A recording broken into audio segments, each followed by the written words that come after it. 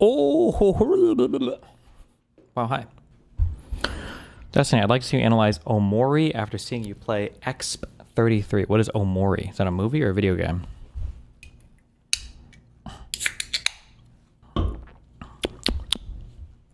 It's Timu Undertale.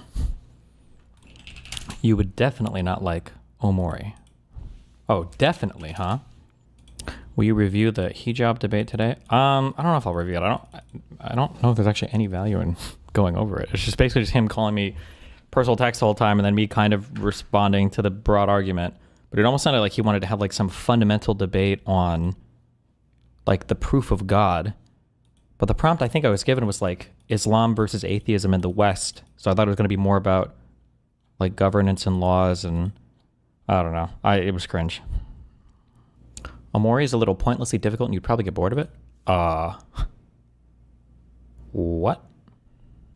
Close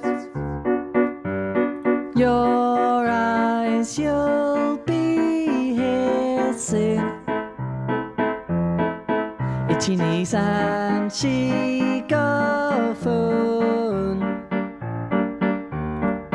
時々本当に寝たいでもこのワードできない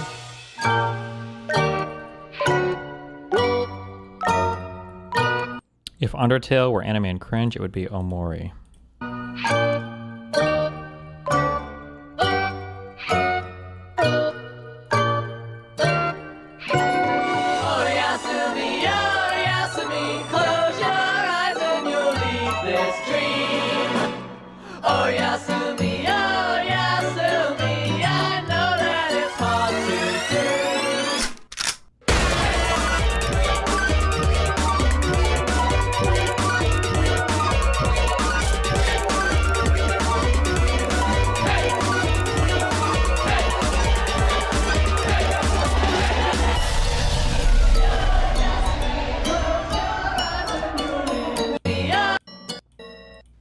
Okay.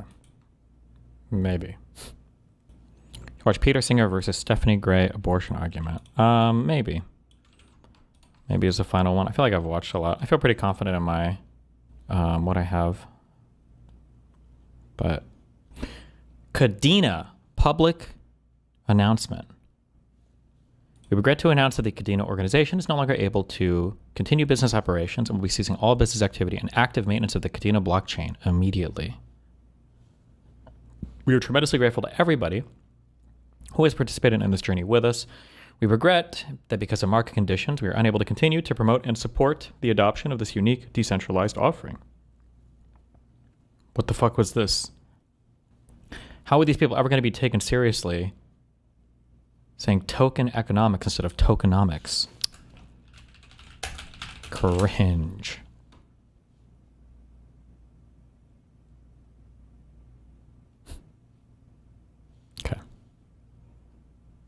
Dementia Dawn sharing literally boomer tier fake satire sourced news. Breaking: Doge halts yearly payment of $2.5 million to Barack Obama for royalties linked to Obamacare. Obama has collected this payment since 2010 for a total of $40 million in taxpayer dollars. Yeah, that sounds about right. By the way, if he's tweeting this, it's because he's doing it. So what is Trump getting paid for? Also, by the way, so we just don't care about, I don't know why I'm even saying that. Why are we doing politics right now? The Dinesh D'Souza prep will be fun. I think I have 2.5 hours with this guy. This is probably going to be the most brutal mainstreamish conservative I've debated in a long time. That's going to be a rough one. I'm looking forward to it. Rough for him.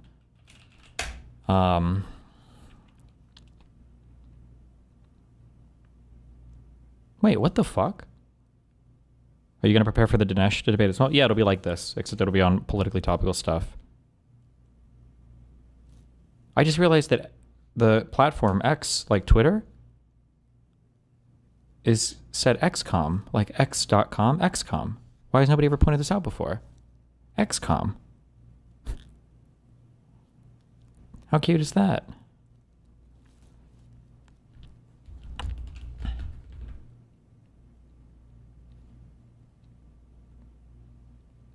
Because it's fucking Twitter? No, I'm just saying for the video game. Shut up, you fucking casual fucks. You casual losers. What are they looking for? Oh. Did you cover the BBC resignation already? Nope. What is this retarded shit? How much money is this going to cost? Let's assume that it's only 100 million Americans that he's giving $2,000 in stimmy money to. Because he says not including high-income people, whatever the fuck that means. Even if it's only 100 million people, 200 million, 2 billion, 20 billion, that's $200 billion, right? What the fuck is this? This is the most retarded, and that's assuming it's only 100 million.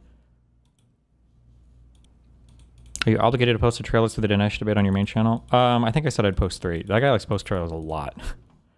And I feel like he promotes stuff way too early, but I don't know.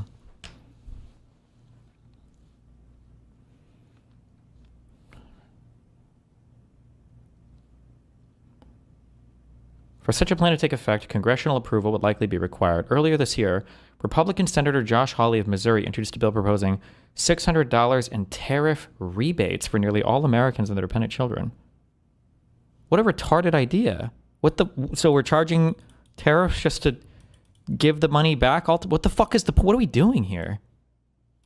God, I hate these motherfucking idiots. Holy shit.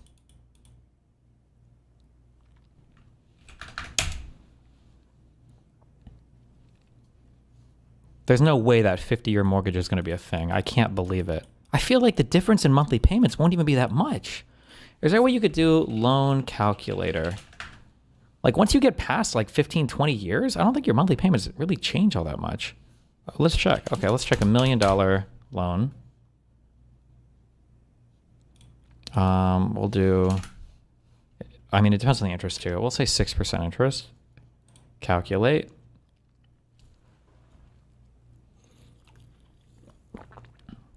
Okay. $1 million loan, 5 years, $19,000 payment. Okay. 10 years, $19,000 monthly payment. 10 years, it's going to come down quite a bit. $11,000 monthly payment. Okay. 15 years, it's going to come down, not as much, but also come down quite a bit. $8,438. Okay. Now, the 5 year, okay, we went from $19,332 a month to 15 years is $8,438. Okay. That's from 5 to 15. Okay. So we had 10 years. If we add 15 years to that, let's go from 15 to 30. We only drop at $2,500 a month, right? The amount of money you save on your monthly payment from a 15-year loan to a 30-year, it's not as much as you might expect. So our monthly payment goes to $6,000 a month from $8,438 a month. If so, we stretch the 30-year out to a 50-year. We have a $6,000 a month loan. Ugh, it won't even let me calculate that much. Fuck. I don't even think it would drop at a full. It wouldn't even drop at a full $1,000. It would go from like $6,000 a month to like $5,200 a month, maybe.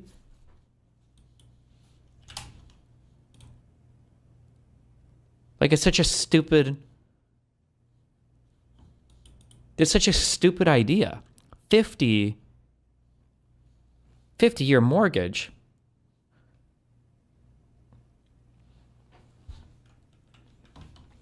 $2.5K a month isn't a lot. Streamer brained. Oh, I found the rich kid. Oh, I found the rich kid pretending to have any concept of what an ordinary person's finances are like. Welcome. Welcome, you fucking retard. So when you say 2.5K a month isn't a lot, in your mind, you're thinking, okay, well, mom and dad have covered everything for me my entire life. What do I see other lay Redditors say is really expensive? Well, 2.5K much. That sounds like a lot of money, I guess, right? And in a vacuum, okay, when you've never paid a bill or had a loan or done anything in your life, that does sound like a lot of money, okay? However, it's probably not that much money to you if you're already paying $6,000 a month. And really, it's more than this, because this is just your loan payment. This doesn't include your escrow account is going to have things like your property taxes and your insurance, okay?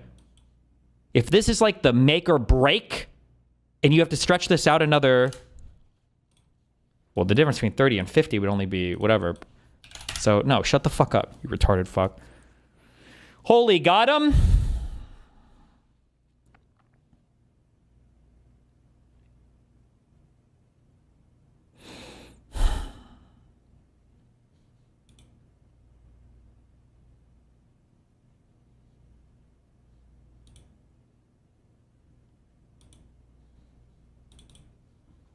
You're taking a 1 hour timeout.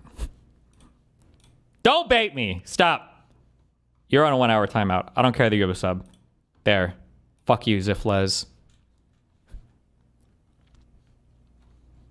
I bet you weren't even baiting. I bet you just pretended you were baiting now because you got called the fuck out. Fuck you.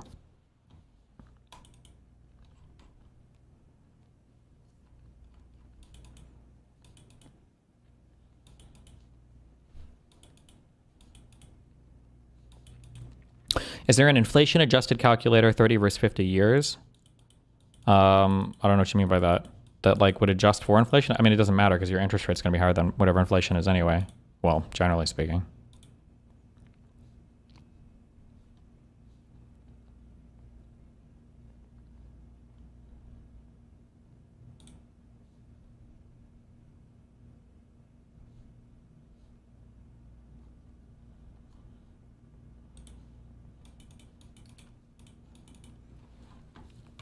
Anyway, what the 50-year mortgage? Bro, if you're getting 50-year mortgages, a 50-year mortgage would have a higher interest rate cutting into the difference. I don't know. Maybe it would. I feel like there is a slight difference between what you'll get between a 15 and 30 year. I don't know what the difference would be between a 30 and 50 year. Like the difference between a 15 and 30 year, it's not usually that much. It's only like half a point at most. I don't know how much the difference would be from 30 to 50. So maybe they charge you a little bit more interest, but...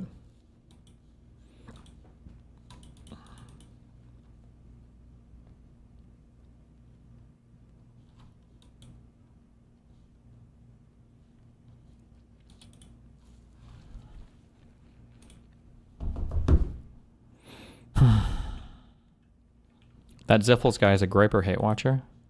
Good.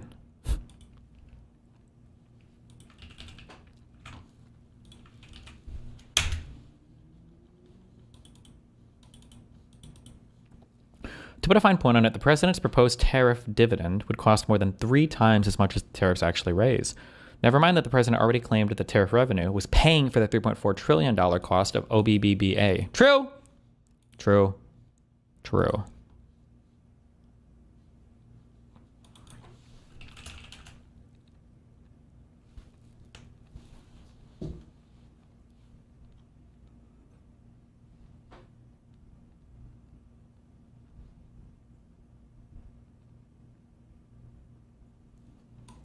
Do banks actually like this?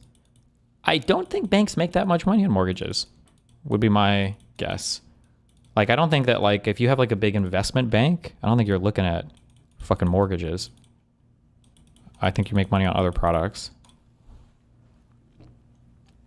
Like, I think local banks or smaller banks might make money because they're generally, like, safe, steady income, but I don't think I don't think it's huge.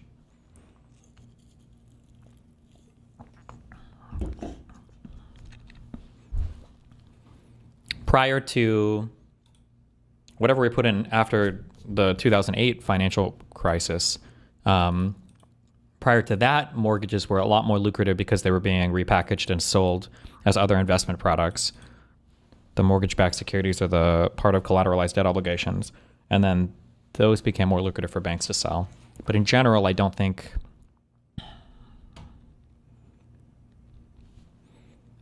Banks don't make tons of mortgages in general, but they make their money on betting on people not being able to make it back. I don't think that's true. I think that's like a misnomer or like a Redditor thing. I don't mean to say Redditor, but like the idea that like, oh, credit card companies, everybody make money hoping that you can never pay it back. Like, I don't think that's generally true. I think nobody likes, like, repos and collections. They sell that debt off for a fraction of what it is. I don't think it's very lucrative to get into the business of loaning money out that people can't pay back, generally speaking.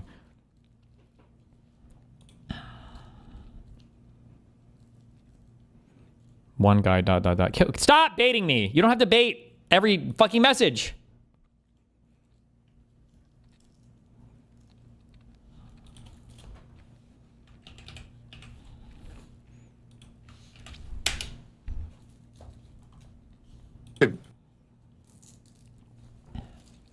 I saw a reel that said that you can get your mortgage lender to sell your mortgage to another lender. You can get a lower monthly cost. Is that true? Well, that would imply, one, I don't know how you can make, I don't know if you can make the person who owns your note, I don't know if you could make them sell that mortgage, number one. Number two, I don't know if they ever sell specific mortgages or just packages, like a whole bunch of mortgages at once usually. And then three, why would you get a lower rate just because it's sold to another institution? They should be evaluating them relatively similarly, would be my guess. Do you mean misconception? Misnomer means like an inaccurate name or something? No, I like to say misnomer because it sounds fancier. I'm falsely equivocating between the two words. I'm sorry, I'm done. Okay. Yeah, I should have said misconception.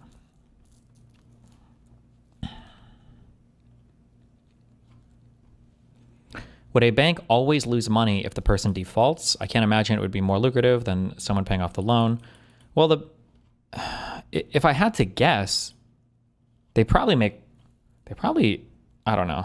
Get somebody to look it up. My guess is they'd make most of their money on the, when a bank writes a loan, they charge a fee for the loan. This is why like refinancing your home or selling your home in a year sucks ass, because you'll pay a percentage. It's like 2.5% usually. I think you pay a percentage in origination fees or whatever when a bank writes a loan. They probably make a lot of their money that, because that money's all upfront as well, I think. Some FHA loans allow them to be transferred to a new owner. Sure, but that's the minority. That's the kind of loan I had on my first house. I think they called it an assumable loan.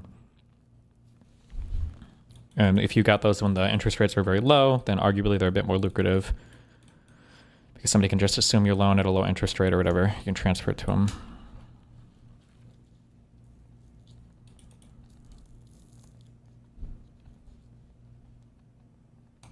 So basically, $2,000 stimulus for retarded people that are unaware that Trump raised their yearly expenses by over 5x. I don't think the stimulus will go through. It's just an unbelievable, that's a ton of money. And for what? And it's just stupid. The $2,000, the $2,000 dividend could come in lots of forms, in lots of ways, George. It could be just the tax decreases that we are seeing on the president's agenda. No tax on tips, no tax on overtime, no tax on Social Security, deductibility of auto loans. So, those are substantial deductions. They're not. That, are being financed in the tax. It could, the $2,000 dividend could come in lots of forms, in lots of ways, George. It could be just the tax decreases that we are seeing on the president's agenda. Like what? So, you actually already got your dividend, guys, because it was in the form of tax cuts. It's like so, this is like so retarded. I don't know. Okay.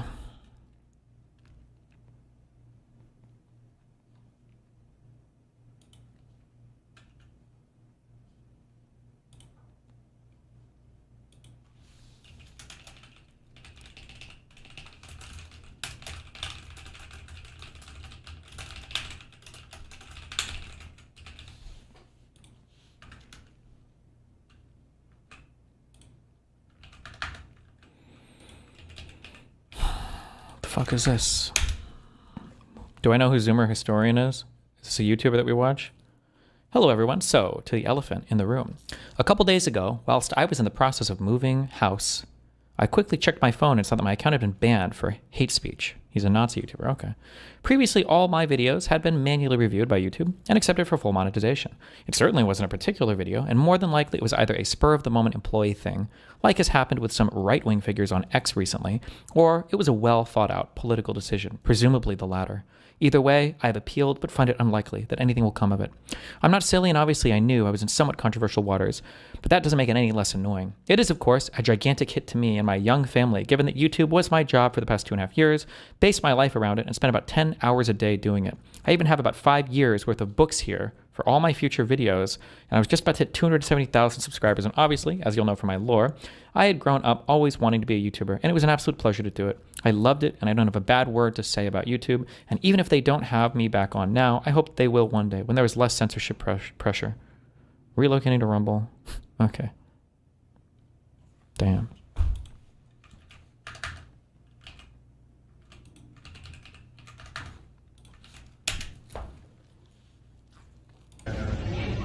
Okay.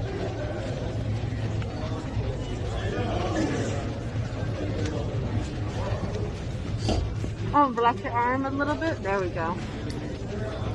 Would they really let you do this in the military? Hold this sign up and take a fucking video and everything?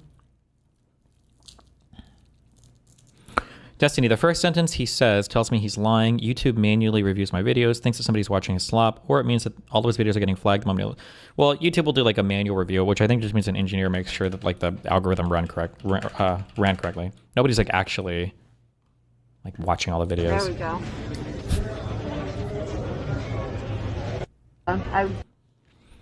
Just so it's clear, any effects of the stimulus will be offset by the Fed. Where above the zero lower bound, the Fed gets to pick the path of inflation. There is no reason they'd let Trump's retard bucks affect that, so they'll raise rates at a faster pace, so he'll be spending money for no reason beyond some redistributive effect. Sure.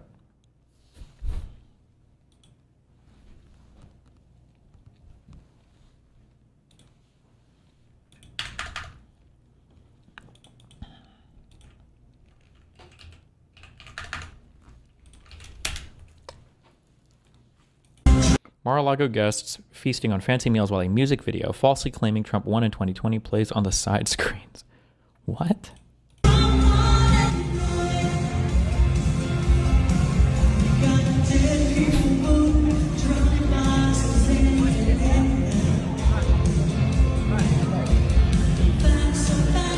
It's so crazy how much like we know these are just lies, right? Have I gone over every single one of these? Not all of them. The Dropbox thing was from 2000 Mules. That was a lie. I think the two identified people sued over it and they won. It was like one person was literally a nurse and the other was just like, it was a black adult who was dropping off like 4 ballots or for his family or whatever. The Dominion stuff was all a lie as well.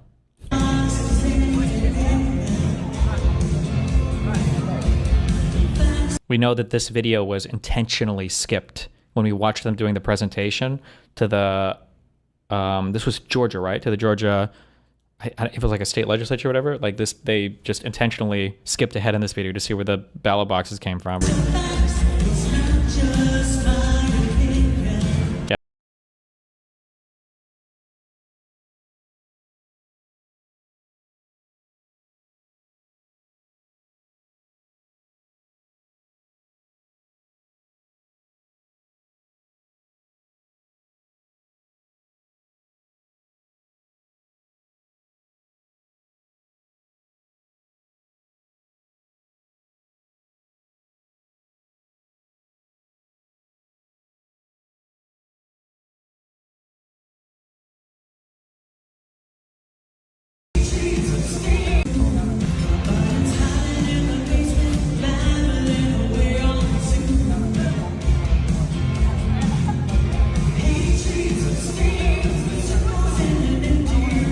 This isn't Lara or Laura Trump singing, right? When is your side of the Oxford debate releasing? I don't have a side. It's going to be Oxford releasing it. They really want to release it, but every single time somebody asks in chat, they delayed another 5 hours. So you personally have gotten it delayed over 100 hours because you spammed the same question in chat 450 times. Are you going to use biblical evidence that all life isn't valued the same? The man actually chooses the value of a fetus if it dies. Yeah, I did a lot more reading last night. I didn't know that, but in the Bible, they don't give a fuck about abortion. You're talking about, I think it's Exodus 21, where if two men are in a fight with each other and you accidentally hit a woman and she miscarries, then her husband gets to choose how much money you have to pay to make things right. That's it. Based. Kings. The bitter water.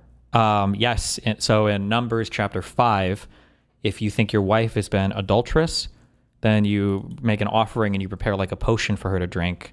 And if she was adulterous, then the baby miscarries as well. Based.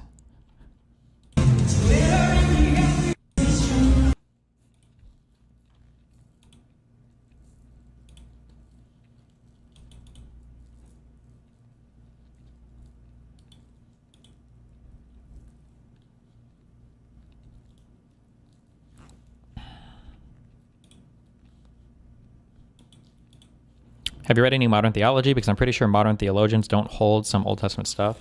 That's fine if they don't, but you definitely can't use the Bible to argue against abortion. I don't know. I did reading on it last night. Watched a few videos on it.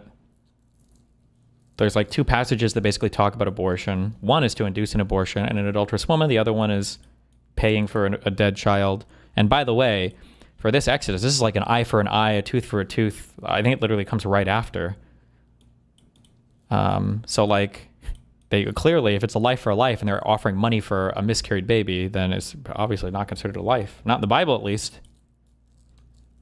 People try to cite these are 2 passages against abortion, but I mean, neither of these work really if you read them, so. But I don't know if we'll do biblical arguments or not, but it's just good to know it.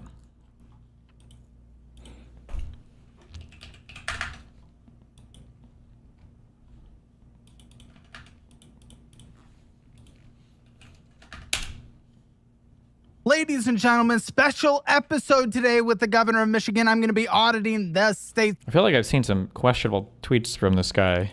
I can't tell if he's like going MAGA duder or not.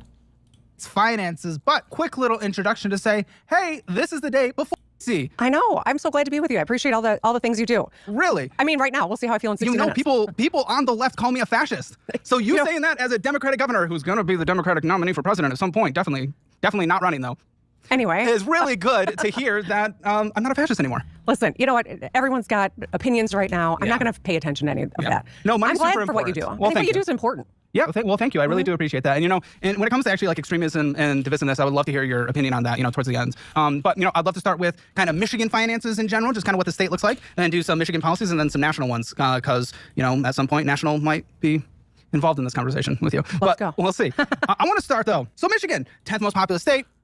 Generally speaking, unless I'm misunderstanding, I think generally speaking, it's kind of tacky to talk about running for president, especially when it's a long ways away, because it makes your current constituent, 1, you don't know if you will or not, and then 2, it makes your current constituents feel like you don't give a fuck about them, right? If you're the governor or mayor or senator or whatever, and you're like, I'm going to run for president in 3 years, then it makes your current constituents feel like you don't give a fuck. So generally speaking, even if you think somebody's going to run, like if you ask them, are you planning on it, are you whatever, generally the answer is going to be something like, Destiny, she's term limited. Okay, she might be term limited. I've never in my life heard a current politician excitedly talk like a year plus running for like a different office. I feel like that's a super faux pas. But I don't know, maybe some people do, and I've just never seen it before. I'm saying that's not sarcastic, but it could be the case. Pretty big economy. It is a major state. It's an important state in the world of politics. It's gone Trump twice. It went anti-Trump once, right? Yep. It went Biden. So, it's very important. We were discussing beforehand, you don't like the term Rust Belt because it feels like it's done. But, that's a very important, like, mega region in the United States. The Midwest, it's the most populous megalopolis. Yep. So it's very important. And kind of how states are doing there and how they're running their economies, how their economies are doing, how the state governments are overall working, I think kind of sets a precedent for how many other states around the country do. Yeah. So I want to know first, we'll get into some of the numbers, but when you look at the state budget, when you sign a budget into law, when you advocate for certain things, what are some of the primary things you're thinking of when it comes to revenue collection, when it comes to where we're distributing revenue? What are key priorities for you? What are we hyper-focused on? So when we think about making sure that anyone can come to Michigan and build the life they want, that's really the North Star. That is who we are. People came to Michigan from around the world for a job in the auto industry. Well, I left. Decades ago. I know. Sorry. Well, it's time for you to come home. Well, it's a little cold. But You need to watch his most recent episode with a lady that is a Nick Fuentes fan, and so is one of his staffers, and they normalize / desanitize it like it's okay. You should react to that one. Well, I don't. We'll see. oh, you got weak, huh? Anyway, Sorry, continue. people came from around the world to Michigan to get into the middle class. You could get a job on the line. You didn't even have to go to any schooling beyond high school, and you could. Yeah, I saw this tweet, and I was like, wait, what? Gavin Newsom is begging Joe Rogan to let him on his show, but Gavin's press team just denied coming on Financial Audit after the governor of Michigan did. It's a coward's game, not willing to talk about the state budget, especially if you're running for president. Stand on your numbers if you're proud. Like, first of all, he's not running for president, number one. And number two, little bro, chill. Do you normally add people from Stream Disagreements? I will later today for sure, because I'll be running through these abortion arguments. get in the middle class, afford a second home up north on the lake. I mean, it was a great quality of life. It's why we've got such rich diversity. It's why we've been the center of manufacturing for a long time. And that's a great strength. But we know manufacturing is changing, right? The whole world is changing rapidly. And so as we think about making sure that Michigan stays competitive so that we've got the resources to invest in our people, making sure that we've got the skill sets that are necessary for advanced manufacturing jobs of the future, making sure that we're investing in places so that there are cool places for people to live, and that we're landing projects. You know, it's a competitive world. We have to outcompete other states. We have to outcompete other countries to get big investment that leads to good paying jobs. And right now, I think we've done a lot of good things in Michigan. It's tenuous with the tariff chaos that we're all navigating. This week ushers in. He tweeted a second time as well, and timestamped Destiny drop. Uh-oh. Wait, what? Like Uncle Alex Jones, we all love him. We've known him forever. You can only take half of what he says. I mean, you know. Half? Like you started Hassan, went more Destiny. Oh, Destiny, God, no. Then you got to Charlie. Destiny, and please then, don't insult me. No, I know your Charlie? trajectory. And She now mad. you've gone. Charlie is like Nick Fuentes. Well, you know, You did the full spectrum. Nick Fuentes. You're stuck with me in the. I was better here. The Nick Fuentes guy, but part of his. I don't think Nick Fuentes would be a fan of Fox. Actually, I don't really know. Would he? No, he's not. He hates all of it, basically. Okay. Actually, because I really don't know. Which is more where I have always stood. Is like, but anyways, you have all these people who are like, F the man, and then it's like the man is telling you to do X, Y, Z, and they're like, oh, okay. It's like. In another new era of Trump tariffs. World leaders are trying to figure out how to respond to President Trump's attempt to reshape the global economy. Columbus, Michigan, 4 farmers feeding the state, but this year there's a new stressor. Tariffs. These tariffs are starting to take a bite. China slapped new tariffs on many items. Toys, furniture, smartphones, just about everything you can think of that comes from another country, you're going to end up paying more for it. We feel it more difficult in Michigan because of agriculture and advanced manufacturing, specifically autos. We're more sensitive to the tariff nonsense. And so I think that's a major concern on my mind right now. And I do have a question about the tariff. I mean, we can, well, actually, I'll jump into that. That kind of goes into the Michigan politics, side of things.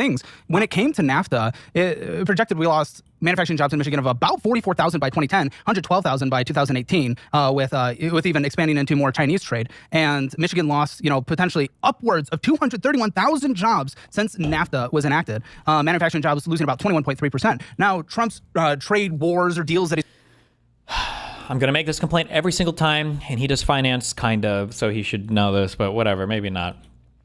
There are always two sides to every single economic transaction, okay? Stop treating them as though there is just one side to an economic transaction.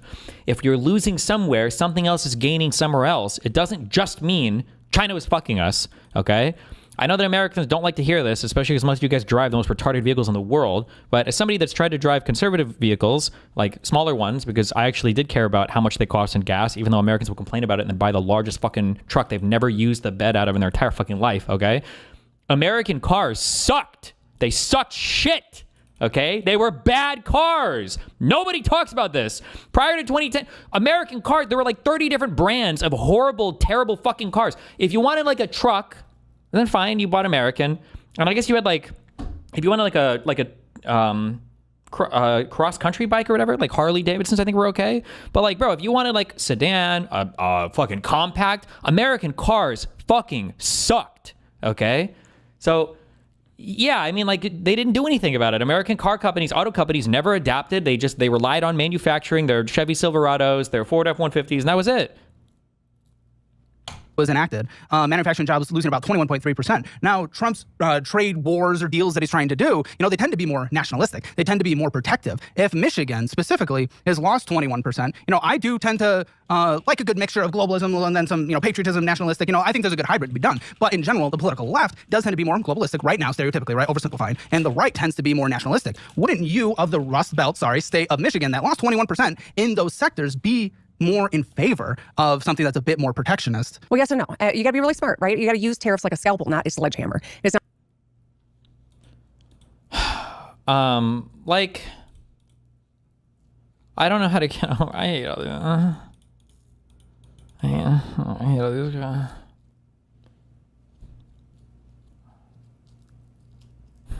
Okay, hold on. I'm trying to see what my psychological bandwidth is right now. What is the, like, there's snappy counters, but it's just like, it's like such a thoughtless argument. Here's a bad thing. It's the, at least he's doing something argument, right? At least he's doing something about it, right? So a guy's tried chemo, it's not helping. They tried radiation, it's not helping. And then a guy walks in and he takes a thumb screw vise and he puts it on both the guy's balls and he pops them both. And he's like, fuck. And as the guy's balls are getting fucking squeezed, the guy's like, I don't think this is the best idea, guys. And everyone around's like, well, at least this guy's trying something. Like, it's such a stupid fucking point. I don't even know how to engage with it critically. Like, as soon as somebody says it, I feel like I start drooling. I'm not sure if I'm in the Matrix and I'm in like the second iteration where 80% of the population is mentally handicapped because they didn't have enough processing power. Maybe multi-threading wasn't invented yet by the machines. Like, I hate this stupid fucking argument so fucking much. It is such a brainless, thoughtless, stupid fucking argument. Okay. Globalistic right now, stereotypically, right? Oversimplifying. And the right tends to be more nationalistic. Wouldn't you, of the Rust Belt, state of Michigan that lost 21% in those sectors, be more in favor of something that's a bit more protectionist? Well, yes and no. Like, you can be a bit more protectionist. Like, imagine if Donald Trump nuked every other country to balance our trade. And we were sitting here talking, we all have to get heaters for our homes, it's like nuclear winter. And Caleb's like, well, our auto industry, it was hurt. So there was, focused damage from NAFTA. Like, wouldn't you imagine that you guys would actually want somebody to take more aggressive steps to balance the trade? And it's like, I can't believe that global tariffs were normalized. That, like, by the president, by the way, unilaterally. Like, you gotta be really smart, right? You gotta use tariffs like a scalpel, not a sledgehammer. It's not the answer to everything. That's a political talking point. I've never heard one of those in person. Like, that's a political talking point? No, that's an economic finance reality. You have the political talking point. Your talking point is political. Like, well, don't you have to do something? No. If you want to use tariffs as part of a larger trade deal or to protect a specific industry or to be very market or country specific, then maybe you can utilize tariffs. That's an intelligent argument. Your argument was the political talking point. Wild. That's wild. It's true. I mean, you got to be really thoughtful about it. Tariffs have their place, for sure. Yeah. We've always had, some sort of a tariff scheme because we can compete. We can outcompete anyone on a level playing field. But there are a lot of countries that aren't playing on a level. Yes, we can. On absolutely. Level for price? Yes. Our price of labor is level playing field. For sure. Yeah. We've always had, some sort of a tariff scheme because we can compete. We can outcompete anyone on a level playing field. But there are a lot of countries that aren't playing on a level. Yes, we can. On absolutely. Level for price? Yes. Our price of labor is substantially more expensive in the United States. When you look at quality and when you look at efficiency, yes, we can. But we got to have a level playing field. And because of so many decisions that have been made over many decades, we know that our North American auto industry relies on parts that are going back and forth over the Ambassador Bridge in Detroit to Windsor, Canada, 7-8 times a day for parts. I mean, this trade is really important. We've built it in. Trump negotiated the USMCA, or whatever you want to call it, depending which country you're in. They all call it something different because they want their own country to start first. I totally, wholeheartedly want us to onshore and bring as much manufacturing to the shores of the United States. By the same token, I'm very sober about who our allies are and who's really been a part of our growth and what we've required manufacturing to rely on. You can't set up a plant overnight. It takes years. These companies make decades and investments, decades on the front end. And so manufacturing is just different than almost any other type of commerce that we have. And that's why it needs to be used as a scalpel, not a sledgehammer. That certainly makes sense from the perspective of, whatever political party we're leaning from and everything like that. I will say, I just want to start out of the gate from my audience, even though people on like the far left call me fascist and stuff. We were even talking about this before. Like, I took out of just pure curiosity when people the statement, we can outcompete everybody, is so economically retarded that I would actually kill myself and hang myself right now. Well, we can outcompete anybody, but we can't outcompete everybody. Like, if we really wanted to just make clothes, we probably could set it up in the best way, especially because we don't have shipping costs. I'm sure we could do it, but we would have to take away from other industries to do it. We would have to cycle people out of other jobs and focus on just making clothes. But why would we want to do that? Why don't we do better stuff? People on like the far left call me fascist and stuff. We were even talking about this before. Like, I took out of just pure curiosity when people were putting me in political camps, political tests. Guess his political comments, he's about to say it. It's going to be libertarian left or whatever. Isn't that what all of them are? They're always like libertarian left. That test is set up to basically always make you live left, isn't it? like a week ago, and I'm aggressively, boringly, but obnoxiously centrist. Like that fence is going right through my and out my mouth. It is brutal. Okay. I apologize, Governor. It's a visual. Thank you. It is, but I'm an obnoxious fence sitter. You know, one of the more controversial, not controversial things, but because you talked about it, you know, a plant doesn't get set up overnight, right? Yep. You've done a lot of research. You got a lot there. Well, you know, this is exciting. You know, a part of the spending that kind of comes out of the state could be more incentive type spending, but where we're talking like the Blue Oval Battery Park, that incentive package was cut from $1.03 billion to $409 million. You know, and if we're thinking about plants being set up overnight, you know, this is one of the more controversial things. That was billion to 409. Where we're talking like the Blue Oval Battery Park, that incentive package was cut from $1.03 billion to $409 million.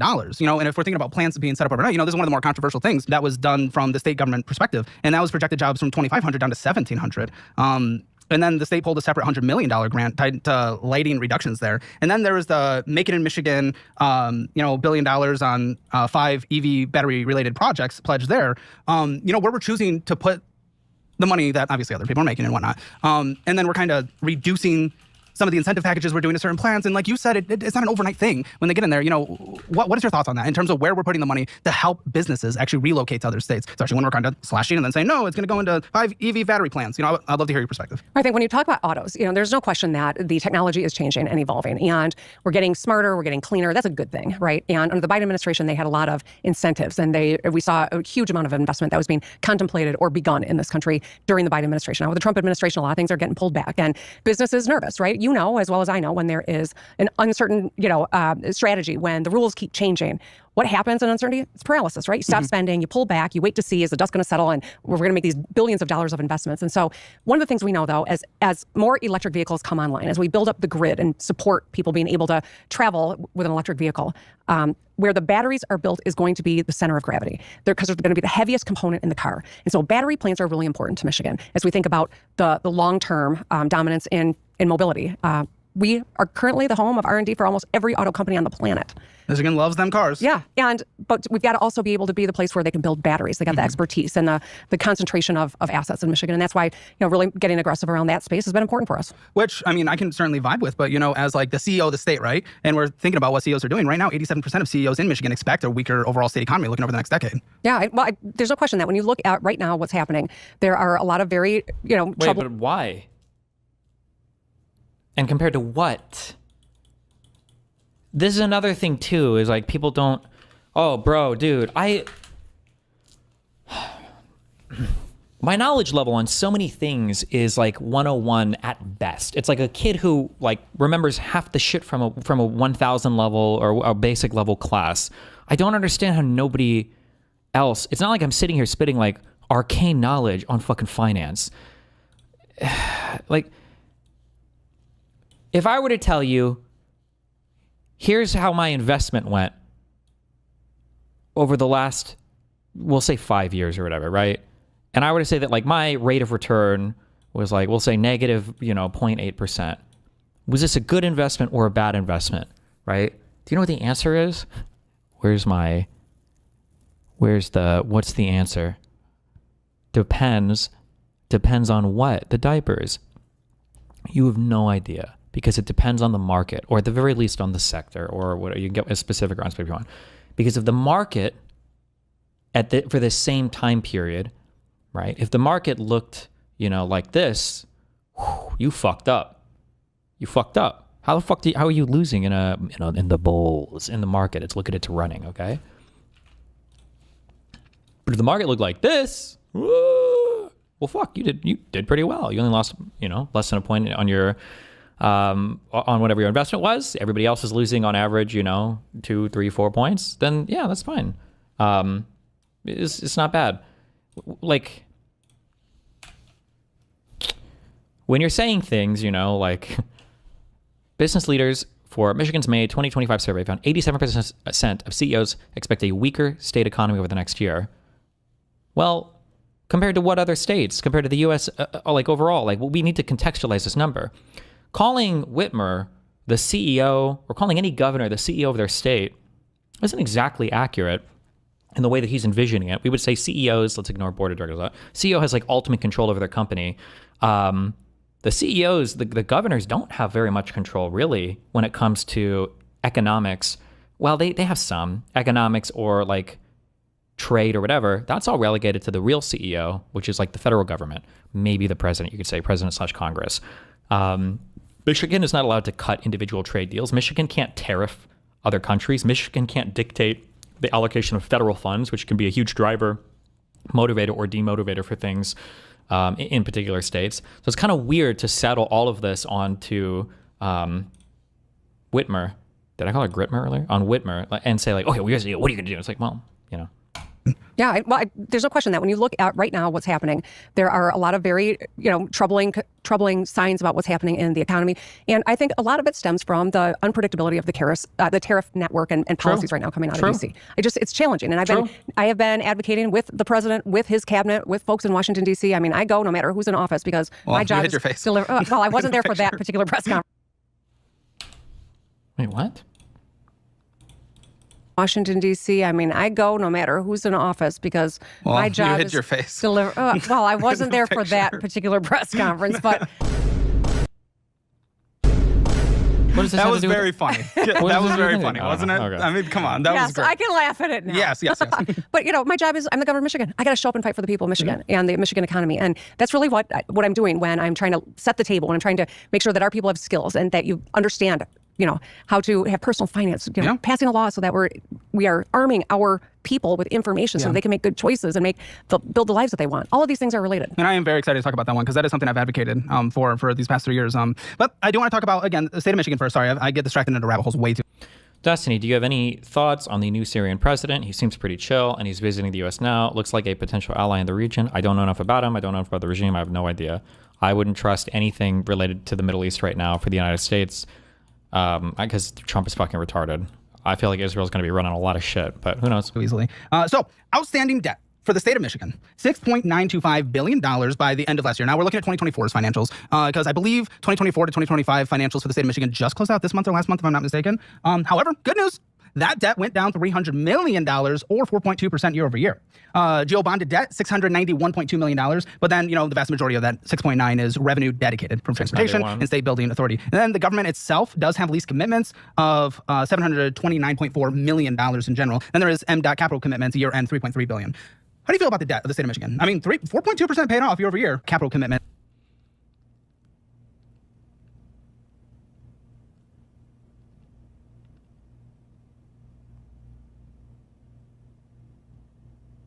I don't understand what. General obligation bonded debt, revenue dedicated, transport.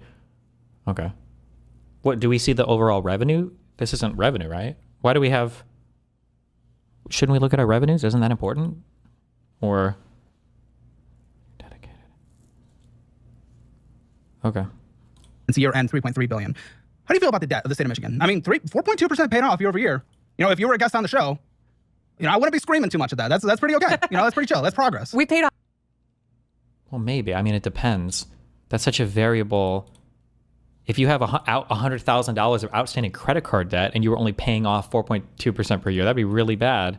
No, I have a lot of debt, and I'm proud of that. I think that's really important. One of the things that states can't do, like the federal government does, is run deficits, right? Borrow money. Like we can't do that. We've got to have a balanced budget.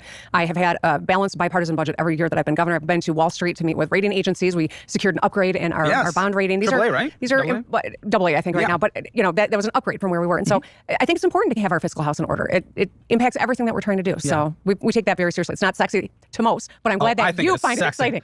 No, I'm gooning over here. Let's go. Do you know what gooning is? You know what? I actually was just hearing about gooning. Really? Yes. From who? Where? The lieutenant governor? Whoa. I don't know. Is that a controversial thing? Where was it? I don't know. I had something on television. They're talking about gooning on TV. You were talking to a guy. This is you were talking to a guy who was spending his money on spicy media. But you withdrew. What is this adding up to? About $700? Would you say $700 in cash? That's a lot.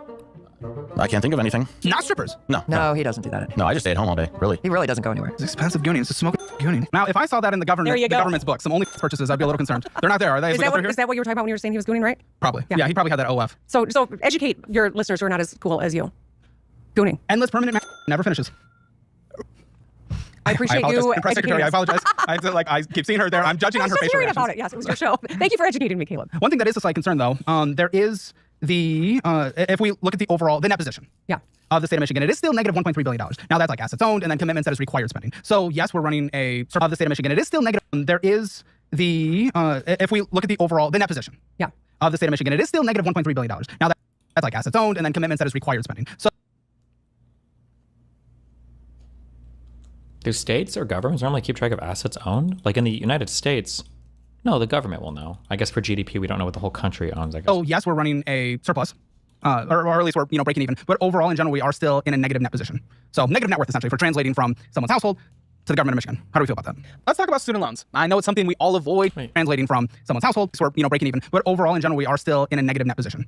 So negative net worth, essentially, for translating from someone's household to the government of Michigan. How do we feel about that? Let's talk about student loans. I know it's something we all avoid talking about, but if your private student loans are crushing you, why refi might be exactly 33978. That is 888-973-3978. Break free from the high interest trap and get your finances under control once and for all. Well, I don't love it. I don't love the fact that we built a budget based on some expectations from the federal government that right now with the shutdown, we don't know what is going to happen and what's not going to happen. We've got a lot of folks who get food benefits from the feds that the money's not coming in. So, I mean, this is, I think, a really lousy position to be in. What we can control, we try to make sure that we get our budgets done on time and that they're balanced, but there are a lot of things that we can't control, and so we've got to have enough flexibility to make decisions along the way in our budgets. And when it comes to spending, Health and Human Services is $35.57 billion, or 44% of the spending in the state of Michigan. And if we're talking food stamps, let's just say, or food assistance, I used to be, I still am. I want people to have assistance who need assistance, especially those that fall back. It's a safety net, right? Yep. Safety. I've had so many people on this show now, and I know we get the worst of the worst. It is. Not you, I'm sorry. Like, your personal finances are probably okay? Yeah, they're in pretty good shape. Nice. Okay, so, but I've had so many people on the show where they are specifically choosing to not go work more hours because then they'll be taking off benefits. And I'm wondering, even though I want to support people who fall on hard times, obviously, because they're human beings, have we set up our systems in a way, let's say the state of Michigan, where we're also just discouraging people from going out there and being contributors? Yeah. I think my understanding is usually these are roll-offs. It's not going to be like a hard cutoff, but I don't know how Michigan's is set up or what I would look up to check that. Well, that is an obscene and I think rare example of where the system is not perfect, right? Yeah. That we want to incentivize work. We want people to be gainfully employed and not reliant on state funding. But we recognize that there are a lot of people who right now are struggling to just take care of their daily needs, their family's needs. So that's why this is important. I understand that you've had people suggest that you could move to Michigan and get some benefits that you can get elsewhere. That's just not true. And I wanted to go out of my way to address that. Okay. Wow. Okay. Because, we're all playing by the same federal rules. And so every state should be the same. Do you think the 50-year mortgage will help Americans get a home with lower monthly payments? No, it's retarded. And it puts more upward pressure on housing prices anyway if more people are out there because now there's a 50-year mortgage. It's stupid. It's just dumb. Dumb, stupid. It's a stupid idea. Americans will do anything but build more housing. On those fronts. We have different interpretations, different applications. Some of us make it easier to apply, et cetera, but I think that that's something worth highlighting. Now, my big concern when I look through the finances of the state of Michigan is the funding ratio for the pension. Michigan's next budget is on Governor Gretchen Whitmer's desk. And the primary focus of the budget, as it always is public education. The move in the lame duck session is aimed at bringing greater financial stability to troubled districts. This is much less than the last fiscal year. We're talking about an unfunded liability of about $27 billion, but a good chunk of that doesn't make it to the classroom. The state ranks 44th in the nation when it comes to starting pay. The average starting salary for Michigan teachers was $41,645. That's around $4,800 less than the national average. There's not a lot of economic incentive to pursue a career in teaching. The budgeting could result in layoffs in the upcoming. Michigan rank education. 33rd to 44th. What did they say? Because I was going to say if it is 33rd and they're 46th or whatever in pay, why? They're overperforming, I guess. Damn, what's going on, Michigan? We're talking 74.83% is adequately funded for what is needed to fund for the entire state pension. I would love to hear your perspective on this. Now, I will give a W. That's gone up from 66.3% last year to 74% this year, but that's still very far away from mandatory that needs to be handed out. And honestly, the gain has only been caught up through market recovery. Yeah. Well, we've got a state treasurer, Rachel Eubanks, who I think does a fantastic job. We've made a lot of headway on whether it's paying down debt or increasing our rating, but there still is more work to do. There's no question. I mean, pensions have been an important tool in getting people to go into public service. Yes. And we saw with the Detroit bankruptcy about 10 years ago that all the pensioners ended up not getting fully what they expected to when they worked for like the city of Detroit for as many years as they did. So these pension systems can be unwieldy, but we have a duty to fund them. Sure. I mean, the pension system being $24.4 billion underwater is 5 times the annual K through 12 school aid fund contribution. So it's going to take a long time to close the gap. And then also with a retiree to active ratio of 1 to 3, it's a little scary. What would you do to fix it? What do I'm curious. I know you've done a ton of research here. How do we stack up? What are you seeing things that other states are doing that we should be? Good counter question. Uh-oh. Now we find out, did Kayla do his homework on any of this? Or is it just a bunch of Democratic government assassinating talking points that we should learn from? I'll be honest, I was just pulling data from the state of Michigan and hyper-focusing on Okay, nope. state of Michigan. Because even when it comes to a lot of the guests on the show, I try not to sit there and endlessly compare them to other people. Right. Why would you not compare people to other people? It gives you an idea of how do you even know what's normal, or how do you even know what advice to give if you're not comparing situations from one to the next? It's finance. It never exists in a vacuum, no? look at their situation. I'm like, okay, here's things that aren't good. What can we do to fix it? Now, fixing a pension, that is not my expertise. But I would absolutely love to hear, kind of what you would do. If you had the dictatorial stamp in the state of Michigan, how would you fix this pension underfunding ratio? Well, at the end of the day, right, I don't get to have a dictatorial ability to fix every problem that I see. And I think that's not how it should be, frankly. I got to work with the legislature to have policies that make sense that everyone can live with. And right now I've got a Republican House and a Democratic-controlled Senate. I think that we did a lot of good things in this last budget that we got done, whether it is cutting taxes on overtime and tips, like the House Republican leadership wanted to do. It's similar to what President Trump has done on the national level, or it is investing in kids and newborn health that was a Senate priority. We got a lot of good stuff done, but there's always going to be additional work to do to shore up as we think long term, especially as we've got so many public servants who are aging and are going to be relying on this. So how can I fix it overnight? I can't fix it overnight. I recognize that it's an important part of a long term solution that we got to continue to strive toward. Well, what is the steps to put in for the long term solution though to fix the pension? Want to know a dirty little secret? Okay, no, I'm not starting an only. As you said, $9.99, so you can finally take control and see what your money's been doing behind your back. Click below to get started. Well, first, as you said, we were in a stronger position than we were, and a lot of that's been driven by the market. So we'll take it, right? But how do we ensure that we're putting more resources in? We've got our mixers, which is our school employees retirement. That is going to be coming offline in a few years because we're getting up to full funding there. And so that is one additional mechanism that we'll have to put toward additional retirement dollars. So my concern when it comes to, I know that's not a retirement plan for everyone in Michigan. It's, the employees for the state. But when it comes to, especially on the federal level, entitlement programs that are put in, I'm a big fan, a lot of the concept of a lot of them. But one thing that we at least found within the last 100 years, if a big entitlement is put in, it's impossible to get rid of. And my fear with, like a pension plan like this, right, is it's so attached, people are going to be very patriotic about it who are, state employees. But if it is not a sustainable system, it's going to be borderline impossible to tweak in a significant enough way to change it or even get rid of. Kind of like Social Security, it's not going to work for my generation. I'm going to get a substantially less amount of money. This is not true, by the way. I think the minimum, if shit is completely fucked, is 78% of your payout will be there. But this constant fear of are my generation? It's not true. And that sucks. And it's going to be much more on the level of a literal Ponzi. It's not right now. Because right now, money coming in, it's not fully dependent on money coming in. By the time I retire, it's going to be fully dependent on money coming in. So that's what makes me nervous about the pension system. Well, I think to be clear, no, people aren't getting pensions now, right? This is not a long-term issue that we're seeing continued in terms of policy. Previous governors and legislators got into the pension system. I'm not. And I've been doing this for 25 years. So you're going to be president, so we don't have to worry about it. What we're phasing out is what I'm saying. So as you think about how is it sustainable over the long run, it's not going to be as big an issue for us in the long run because it's not available to people. That's good. Now, spending, 44% goes to health and human services, as we said, 31% to education, transportation, 6.8%, and I know that was a big thing for you. I remember fix the damn roads when I still lived there. 4.3% to the general government, public and safety corrections, 3.81%. I assume most of public safety is locally funded. Revenue sharing, 1.67 billion. Tax credits, 1.46, and I do have a little bit, to talk about that as we continue to go through this, and then just some smaller ones in general. And then, when it comes, and I would love to actually learn more about this. When it comes to the revenue, we got operational grants is $33 billion, general taxes $21 billion, education $16 billion, and transportation $3.7 billion. Go into operating grants. I love to kind of learn a little bit more about that personally. As I was sitting there thinking about how revenue is collected from the state. Operating grants where? Do you have a specific department question? Well, as we're just pulling in where the money is coming into the state. A lot of people only have Social Security for retirement. It's bad finances, but if future recipients get 70% less, no, they would get 70. I think it's 70. If all the money runs out the way that the payments are structured, the way that it works, they would get 78% of what they should get, not 78% less. So it would be less, but this idea that it's going to be gone completely, and that's the worst or one of the worst case scenarios. A big chunk operational grants. Maybe through everything I was pulling from the state's websites, it just wasn't specific enough. But I was like, what is this? I'm so curious. Maybe she can answer for me. Yeah, I'm going to. I don't want to guess off the top of my head and be wrong. But fair enough. Government activity revenues. Totally good. It could be a variety of things. It's probably a lot of a variety of things. And we already talked about the net position, but when it comes to the school aid fund, that is a balance, but it is restricted for education of $4.45 billion. What's interesting about this, and I'd love to hear your perspective, is there's controversial things that are funding a big part of it. They got weed, which is interesting. I was much more in favor of legalization many years ago, but so many studies have been coming out these last few years about just kind of overall effects on people. Less it's not shaky dependency, but many things you do when you smoke every day are no longer as enjoyable when you stop smoking, and just some overall health effects. I mean, if you're putting things in your lungs in general, it's usually not great for you. The state releases. Did we legalize weed because we thought it was healthy for you? What are these arguments? I feel like these are the most thoughtless. I read it one time and I was like, oh, true. I don't want to fuck anybody's, life up here, but alcohol is also always bad for you too. You should never drink. You just shouldn't. It's always bad for you. There used to be memes about one glass of wine a day or week. No, alcohol is always bad for you. Cigarette smoking is always bad for you.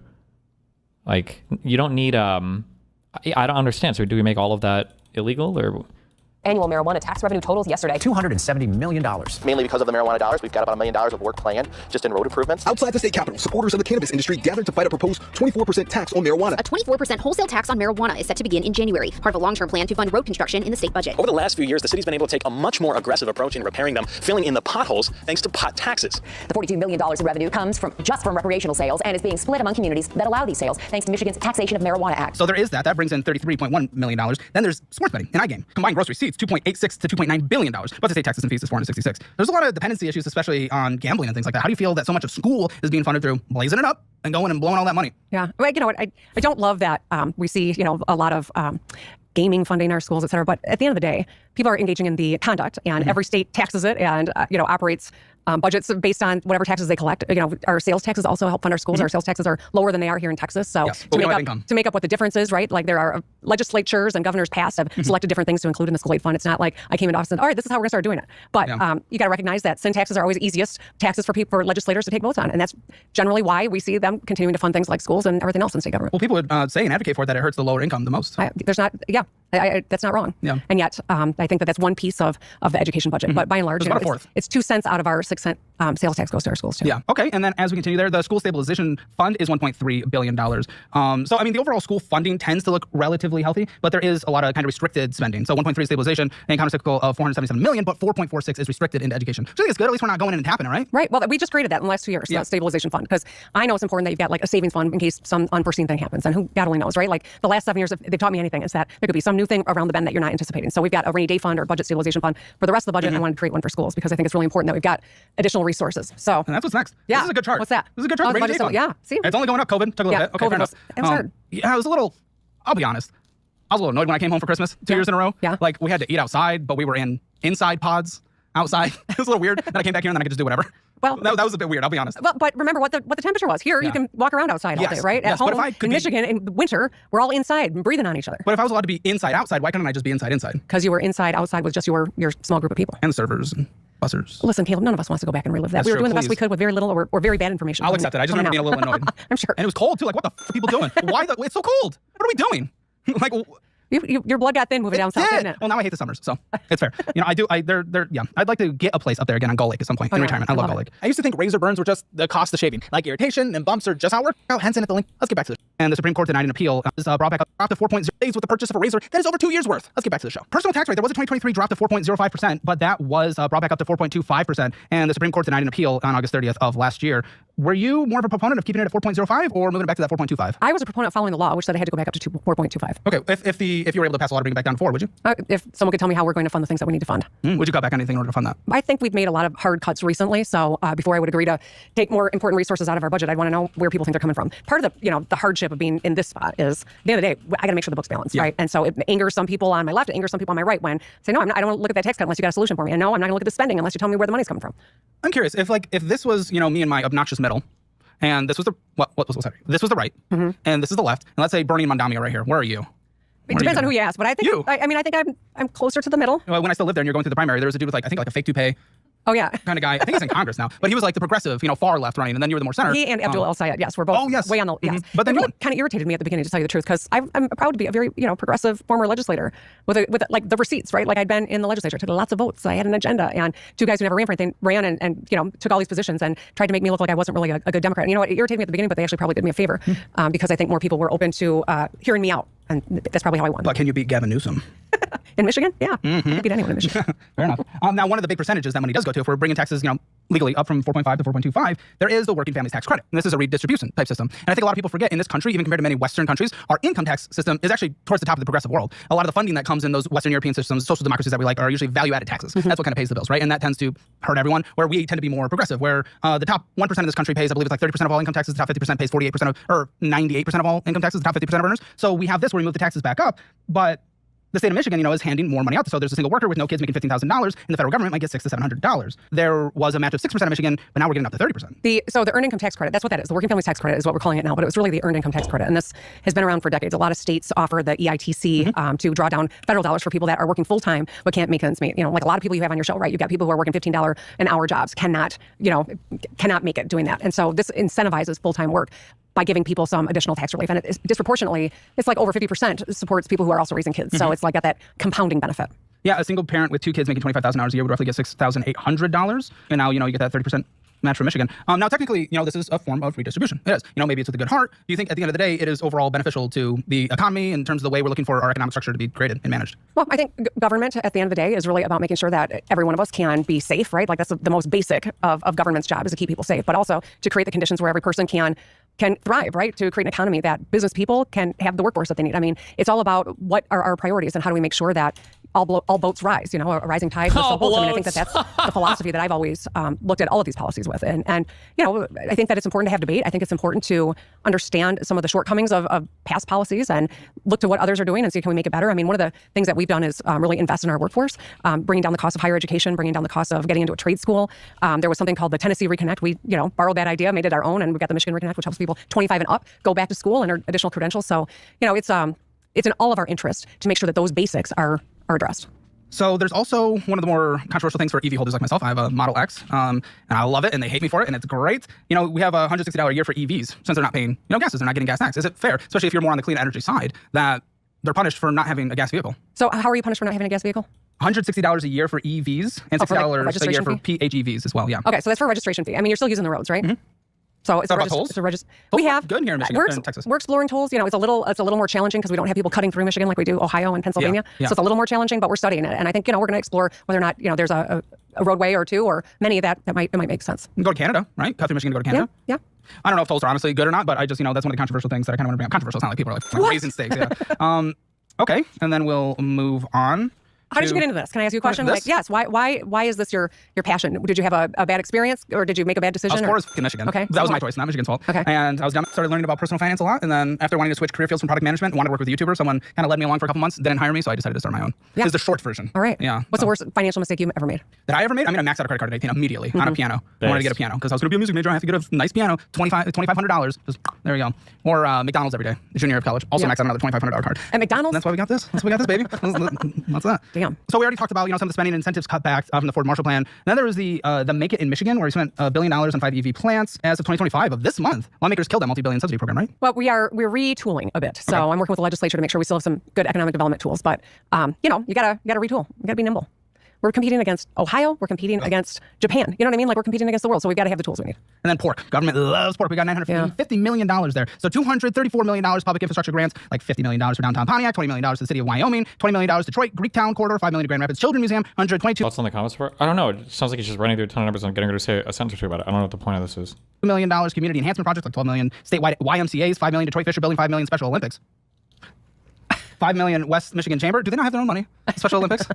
I mean, Special Olympics. Are you against Special Olympics? No, not the biggest fan of taxes sometimes. I understand. Especially now that I have to write the check instead of getting automatic. I get it. But, this is not unique to Michigan. It's not great. And we are making changes to have more transparency in the process. Yes. To make sure that people who are promoting whatever project they want to get done have to do it so many days in advance so that the whole world can scrutinize it so that they can make their case that it's the right thing to do. And trust me, I qualify for the Special Olympics.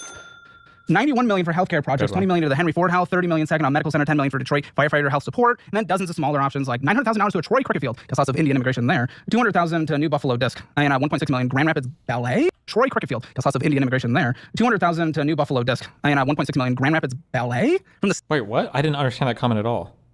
Wait, what? Am I retarded or am I? Because lots of support, and then dozens of smaller options like $900,000 to a Troy cricket field. Indians are known to love cricket? Why? I thought that was the Brits. Who plays cricket? Oh, okay. I don't know. Whatever. Because lots of Indian immigration. All sports are cringe and stupid, so. There. $200,000 to New Buffalo Disc, and $1.6 million Grand Rapids Ballet from the States. Why can't Grand Rapids do that? It's a good question, Caleb. I'll have to tell you what legislator asked for that, and you can ask them that question. This is, I love my home state. I know. Well, this doesn't make sense when you're looking at it from, 40,000 feet. I get it. But don't we, before we... I understand. But at the same token, I got to get a budget to my desk, and legislators come with their, with their special projects, and they negotiate them in. And I introduce a budget. It doesn't have any pork in it. All right. Yeah. And I introduced the budget. So these are not things that I ever was advocating for. Yeah. But the legislature gets their shot at it, and this is often what you see. Detroit downtown boxing gym, $2 million. Detroit Zoo, $7 million. We like the zoos. They're great. Zoos are exciting. Frankenmuth Youth Sports Complex, $10 million from the state. Potter Park Zoo in Lansing, $10 million. This is the part of the show where I usually go through the spending, and it's like we got some bullshit spending in there. We got some fucking taquitos. Right? That's what we call them here. This is some bullshit. Yeah, you're stopping in the gas station, get yourself some bullshit. Some Special Olympics bullshit. No, we love the Special Olympics. We love the Special Olympics. I don't endorse anything you said of yes. Yeah. Well, actually, and why it's kind of controversial is a lot of it is like no bid, negotiated late, and sponsored. I don't understand what the issue is. The issue is Republicans a long time ago invented this word called pork, and pork just means bad. So if there's something in your budget, then it's bad, and that's it. That's it. That's literally it. Now, Republicans they love their pork spending as long as it's on a project that they like. But I mean, you have these are bills that are being negotiated by, I imagine, state representatives that are representing all the districts from your state. And I imagine there are people that want certain projects paid for in their places. And you can call it pork, but I mean, ultimately it's taxpayers are paying money in and the state is paying money out. So, I mean, you fight for your districts, right? Closures or after pack. Yeah, I know, it's gross. I mean, I think that every dollar should be, if it's used in those ways, there should be a bidding process or front end transparency, which is what I think we're going to. If you're on Caleb's show, you have fucked your econ so bad, Destiny. What do you mean? Oh, like an individual goes on, they fucked over their finances? Oh, maybe. There's also $3 million in, I think, this year for state-managed retirement plan marketplace for businesses under 100 employees. I'm a small business under 100 employees. I save money on taxes implementing a retirement plan. Why does the state of Michigan need to come in and use taxpayer money to set up retirement plans for private businesses? It's a good question. I don't have a great answer for you other than I think we're going to get done. There's also $3 million in, I think, this year for state-managed retirement plan marketplace for businesses under 100 employees. I'm a small business under 100 employees. I save money on taxes implementing a retirement plan. Why does the state of Michigan need to come in and use taxpayer money to set up retirement plans for private businesses? It's a good question. I don't have a great answer for you other than I think the goal there is obviously to help the Small Business Association help their members get health care. And at least there are some things in court, like $2.5 million for the Lansing lug nuts. Who goes to the lug nuts? I don't know what a lug nut is. A lug nut is a part in your car, and the lug nuts are the baseball team in Lansing. Interesting. Lots of e-bike incentives, $1,250 per bike, $1,250 per bike. Electric bikes, e-bikes, could soon become more affordable under the new state budget. Republicans say the program is another example of wasteful spending. The vouchers could save buyers anywhere from $500 to just over $1,200. What was the public feedback? Bro, how much do these bikes cost? What the fuck? About what kind of access there should be now for bikes. I would say it was really split. Some were very much in favor and in support of what the department was proposing. Some were very much against it. So it's expensive, just people are paying a lot of money in taxes, and it's a small percentage. Mine cost $2.5K. Jesus. Overall, but it all stacks up, right? Right. And when we're thinking of the pork that it goes to, of almost $1 billion, that starts to hurt. So this one was this is a pilot program put into law this year, $2.5 million going to grant program aimed at short-term lenders, payday loans, essentially, government-funded payday loans. Now, I know you didn't advocate for this. I'm not saying that. You're right. I just assumed sign a budget that doesn't have any of those things in it, like the budget that I introduced in February. The state of Michigan outlook is actually pretty, in general, pretty good. 3.9% growth income per capita this year, projected going forward about 3.2%. And we do expect slower growth overall, economists are saying, but still growth in Michigan, which is good. You got up to the AA plus. That's exciting credit rating. And Detroit's kind of, getting a nice little rebound. That little core area. We like that. If I would live anywhere, it would be Grand Rapids personally if I moved back. But 50% of the year being overcast, just can't do that. There is, potential tariff risk right now. Manufacturing is flat to down, and uncertainty is definitely high. The state is 49th in population growth. That is a long-term risk. Growing population is required for a thriving economy. NCO sentiment is negative, and so those are kind of the concerns of the state of Michigan. Do you have any thoughts on those before we kind of go on into some of the other? Of course I do. I got thoughts on all of it, but I'll keep it succinct. I think there are a lot of good things happening. I think overwhelmingly, we just saw a new poll come out about kind of sentiment in Detroit. Some crazy number, like 78% of people feel like we're on the right track. I don't know how long it's been since you've been to Detroit, but what do anti-tax people really want? Isolated communities?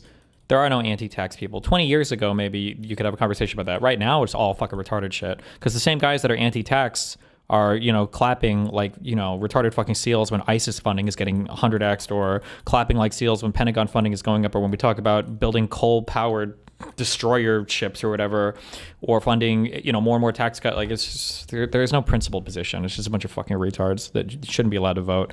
There should be an IQ test for voting, and the IQ test should basically be, do you think that Biden legitimately won the 2020 election? And if you vote no, then your ballot is just set on fire along with your house. We try to avoid it. Well, we hosted the draft last year. It was spectacular. I mean, there's so much good stuff going on in Detroit, Grand Rapids.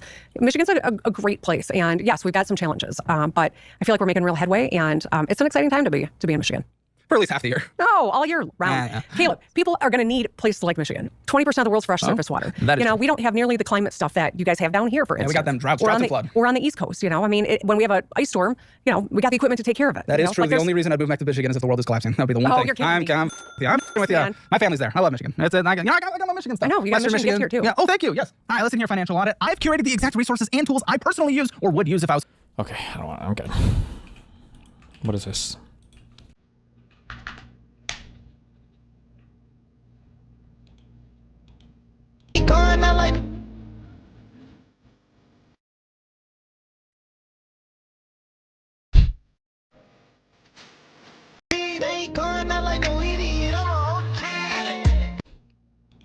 Okay, based.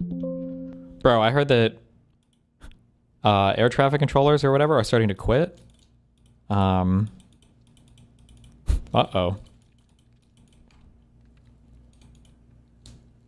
I would feel so bad if I missed because I missed the first debate with UCI. I feel bad because I missed my flight, and I'm just fuck me. If I missed the second one because like the airport is shut down, this was like 6 months ago, I think. Rip.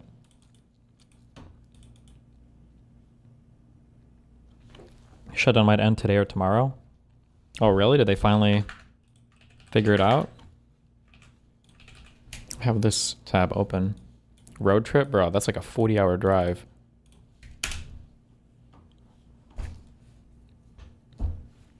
Looks like Schumer and the Dems are caving today.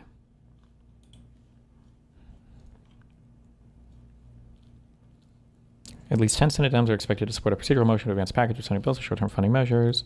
The deal would include a December vote on a Democratic proposal to extend ACA tax credits for 1 year. The deal would include a December vote, as in they will vote on it, or the vote is going to go through.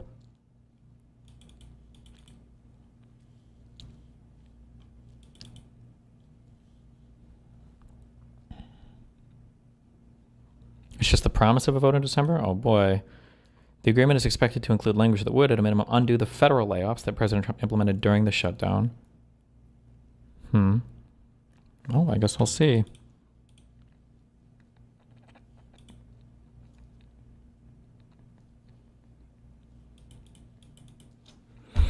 The CR only goes until January, though, so if we don't get it, we couldn't do it again. Yeah, over and over and over again, I guess. That's just what we're doing.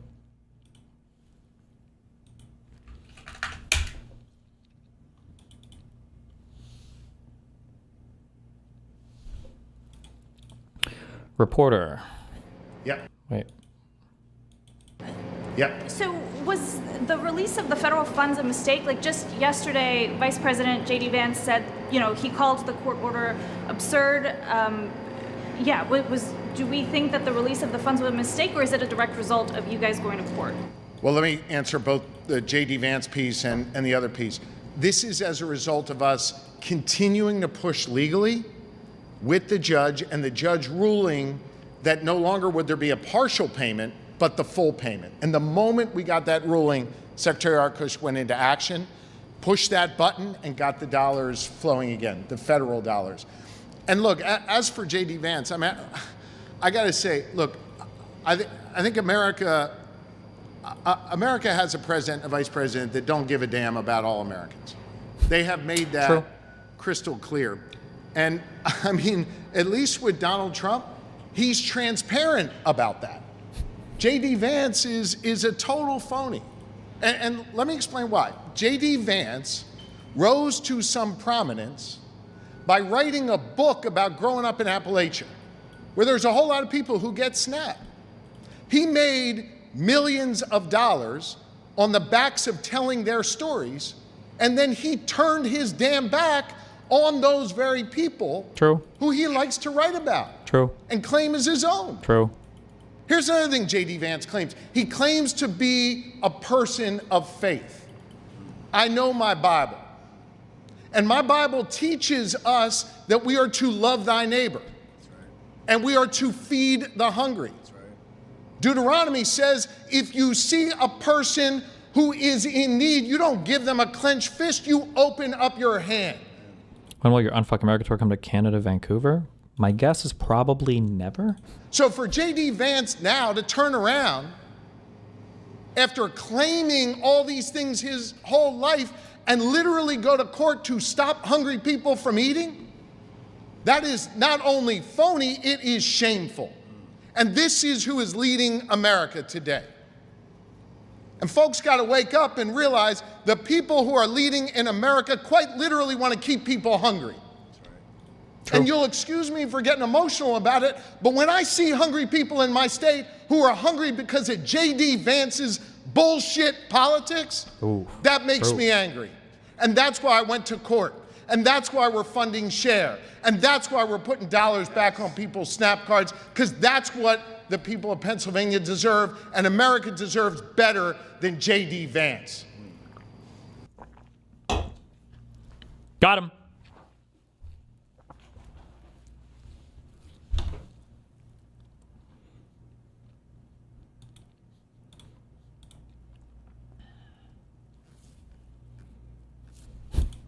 Uh-oh.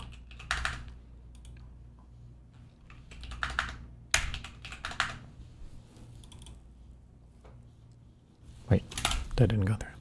The USDA orders states to stop issuing full SNAP benefits and to undo benefits sent for November. Oh no.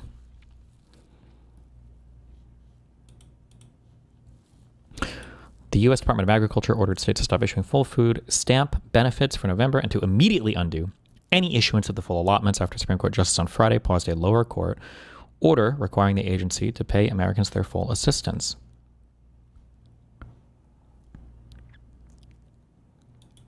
Good luck. Oh, my stuff that was supposed to get here today, my 2 other monitors that I wanted to see if my dock worked on, would like allow me to connect, is delayed until the 17th now, and it was supposed to be here today. Thanks, Trump.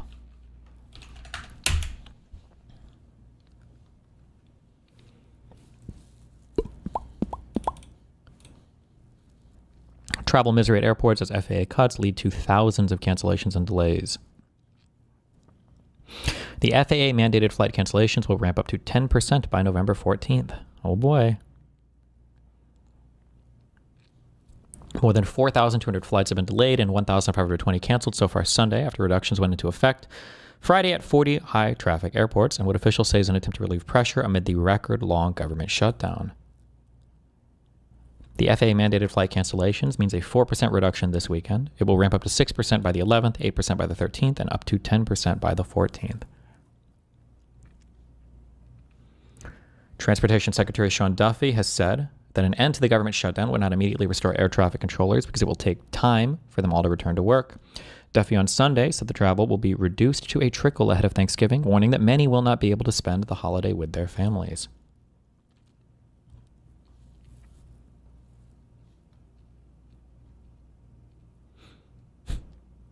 Damn.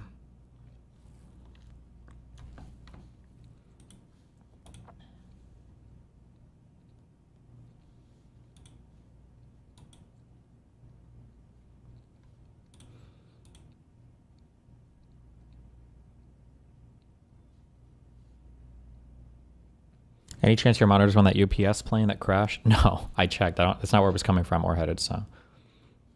I don't know how my shit gets delayed a full fucking week, though, considering it was like a 2-day Amazon Prime shipping thing. I don't even know how that's possible. Like, I feel like if I canceled it and reordered it, I would get it sooner, but who knows? It's trapped in Humble, Texas right now, whatever the fuck that means. Maybe the box fell off a truck or something? I don't know.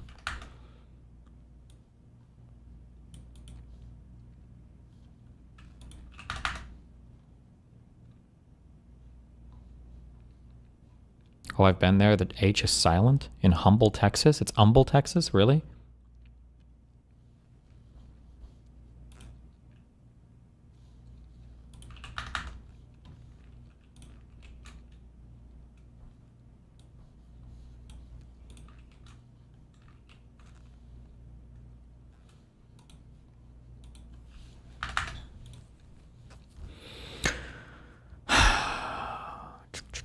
Okay.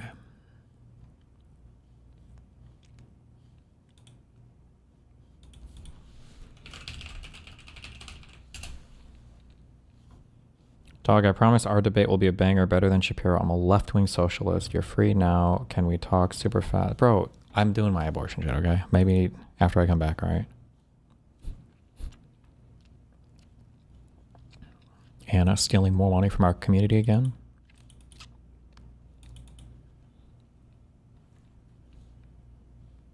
Unbelievable. Thank you very much for your donations. We got a bunch of stuff. And since I don't really know what is that? iPads, PS4, I will let the man speak. Lights for streaming. So this is the drone. Drones for streaming. Unbelievable. All essential parts for, for our.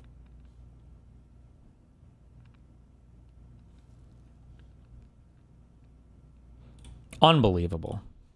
They're basically just playing video games with our money, with our hard-earned money. President Biden.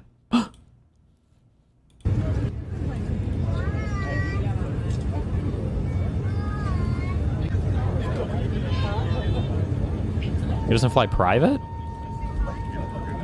Truly, a man of the people.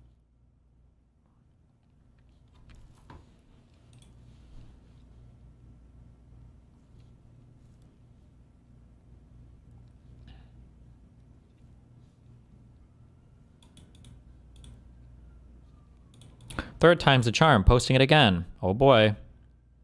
60-minute video, Trump's authoritarian playbook. I'm good.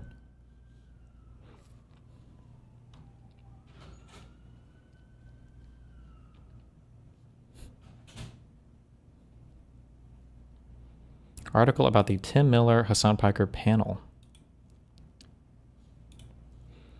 The audience offered a few tepid claps, then everything went downhill.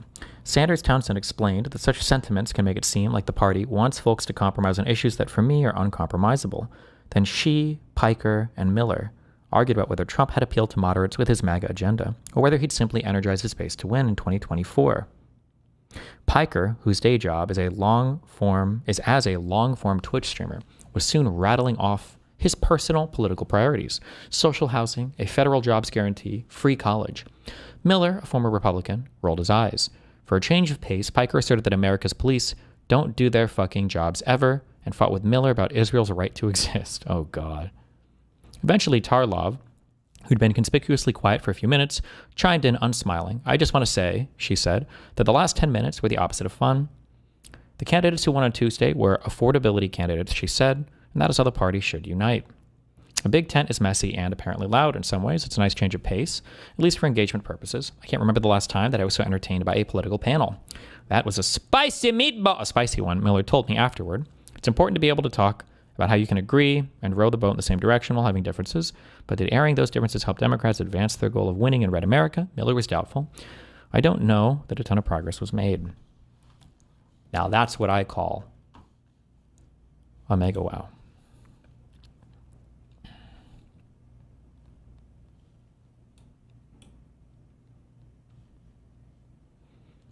New York Governor Kathy Hochul pushes back on Mamdani's calls.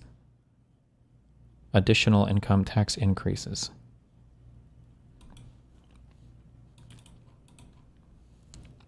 We know that Mamdani does want to tax the rich more, bring it up about 2%. He can't do that on his own. 2 points. You've previously said that you wouldn't be raising taxes. Have you reconsidered that stance? No, I would say one energetic rally does not get me to change my positions, I assure you. But I do hear people's voices. I process what everybody says, but I'm also have to balance governing this state and making sure that those people who are actually the reason we have a generous, supportive budget that helps lift people up, it's their revenues that we tax. 1.5% of New Yorkers cover about a third of our budget. That's enormous. I'm concerned about out-migration of people who are the ones who are supporting our budget. I cannot make up for that with middle-class tax increases. I cannot do that to the middle class and the struggling New Yorkers. So this is the balance. I mean, this is my position.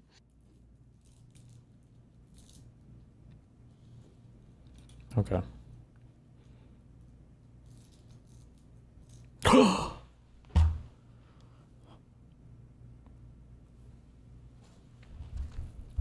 In some neighborhoods I've been at, I think it's true here in Miami Beach, and I think it's true in other Jewish places. There's like Jewish ambulances. There's like Jewish social services. Okay. What Mamdani should do is Mamdani should implement citywide Sharia for all the Muslim churches, and then they could charge jizya tax to all the non-Muslims, and he wouldn't need the approval from the governor to do that, and then that tax could go towards Muslim public transport that the whole city could use. You're welcome. I just solved his entire budget problem. I'm just kidding. I'm not kidding. That would be fucking epic. Fucking epic.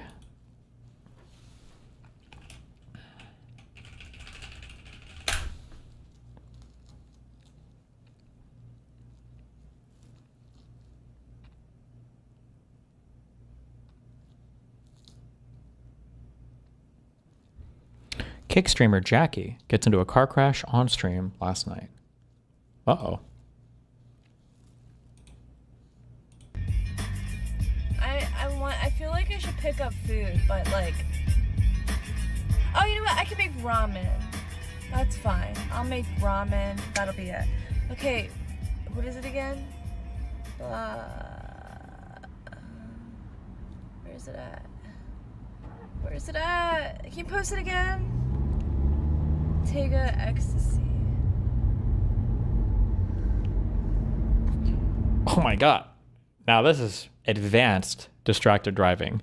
Not looking at just one phone, her stream. Looking at 2 phones, okay? Queen. Oh my god. Ah!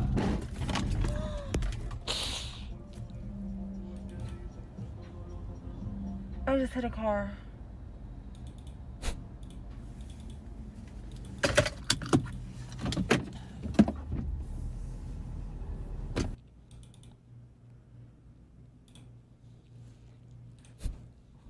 Absolute queen behavior. Hell yes. Summit saves a raider. Is this the ARC game that everybody's talking about? Freeze, don't move, LSPD! Go for cuffs! Yo, listen, I'm so sorry, bro. I caught you off guard. Yo, check it. You know what? I got you. You know what? I'm feeling happy. I picked this up off of somebody else. You have a good one. That was actually cool as fuck, gang. I appreciate you. Watch out. I don't know if I'm... Yeah. Oh, man. Yo, I am so sorry, man. Gang, just here, bro. Just here. I'm sorry, brother. Until next time, my friend. ARC Raiders is like Tarkov, but for people who have seen a naked woman before. Bro, it's the internet. We've all seen naked women. Good one. Oh my god.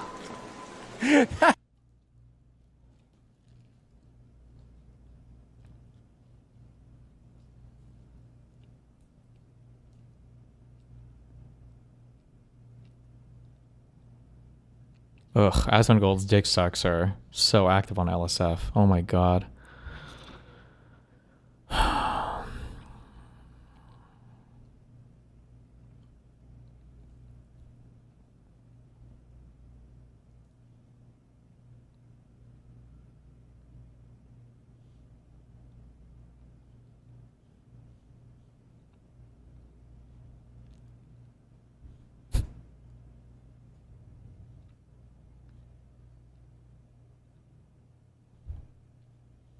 Okay.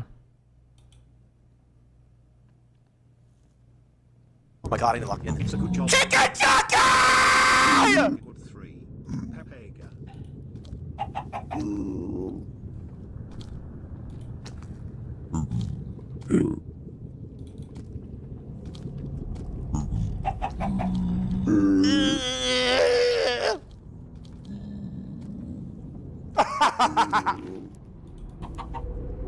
Sorry, Kayla. But look, it's a chicken jockey. Has Asmon gotten more extreme just because lefties have gone worse? This feels like 2012 again. Well, he's basically just like a MAGA echo chamber. And I think that probably appeals the most to like young men right now, would be my guess. And then on Twitch, you basically have no pushback against him. And he already had like a massive platform to begin with. So I mean, like he's set up for success pretty well. You know how rare this is? Did we watch this one? What is this? Asmongold is a populist. That's why sometimes he has lefty takes. No, he seems to have lefty takes when you just don't understand anything about the current political climate and you aren't listening when I'm telling you things like the Republican Party is not like racist now. They are xenophobic. The Republican Party is not like the party of small government or whatever. Like they're looking for, they're characterized, I would call them third positionists. Like the idea that a Republican Party is going to be like just immediately opposed to things like single payer healthcare or big taxes on corporations or getting rid of lobbies or whatever. They wouldn't necessarily be opposed to that if you could guarantee it for the local protected majority white anti-immigrant population. Like the positions are just not going to play out as like, oh, these guys are just like George Bush, Ronald Reagan. It's such a retarded way of analyzing the conservative movement today. Give me what's up. Nice.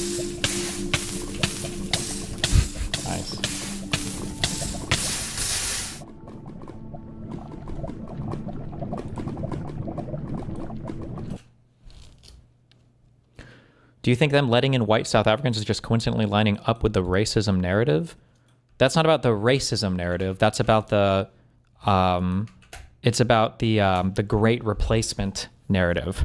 That's the idea that the reason why the white South African thing caught so much traction in the U.S. like a decade ago, I don't know if it was that long ago, but a long time ago, it was the idea that like if whites become a minority in the United States of America, then we're going to look just like South Africa, where now black people are running around murdering all the white people, and all the white people are endangered there, and there's a white genocide, and that's why we have to protect our, you know, our nativist, our whatever we were deciding white is at that moment in time. Because it seems like we've incorporated a lot of Hispanic people in as well. I don't know, man. Great Replacement seems kind of racist, no? Yeah, never mind. It's just racism. You got me. Never mind. Just kidding.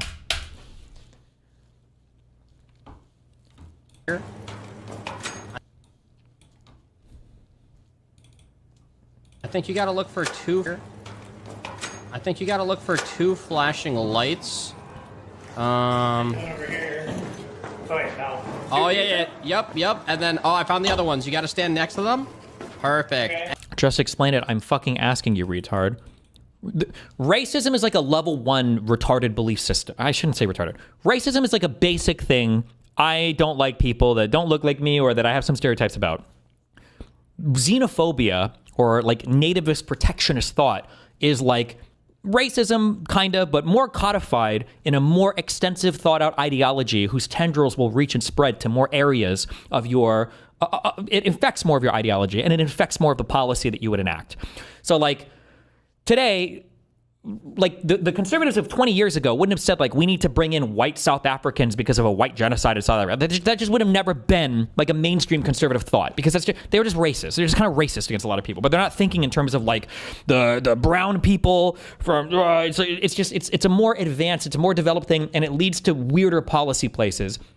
Like a person who is hardcore xenophobic, who believes that a lot of like weird nativist stuff is gonna more likely fall for things like the Jews did 9/11, or the Jews are controlling all of society. There's some great plan for a great replacement. Whereas like a racist guy from 10 or 15, 20 years ago, neocon, I should say 15, 20 years ago, is probably not as like inclined to believe in that type of stuff because it just doesn't. That's just like a bridge too far. And ready, 3, 2, 1, and. Oh.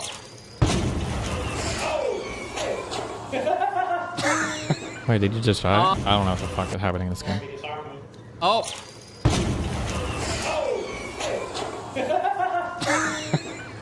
Oh my god, I pressed it at the wrong time. Oh. Do you have a defibrillator or no? Oh shit, I don't, bro. He is trolling, I think. He C4'd him. Oh, he placed shit. the bomb. Are you sure? Yeah, I mean, there's nothing I can do about it now. Do you think xenophobia is worse? I don't know if I would say xenophobia is worse. There's probably ways where racism can be worse. And there's probably ways where xenophobia can be worse. It probably depends a lot on time, society, policies. Like, I don't know if the black-white distinction existed as hardcore as it does in the United States as it does in other places. So other peoples were probably maybe in the past like more xenophobic than racist or more nationalistic than racist. Whereas today, we're just because it's just... Yeah, I mean, there's nothing I can do about it now. Fuck, I'm an asshole. I got a bunch of stuff. You can take whatever, man. No, you don't have a...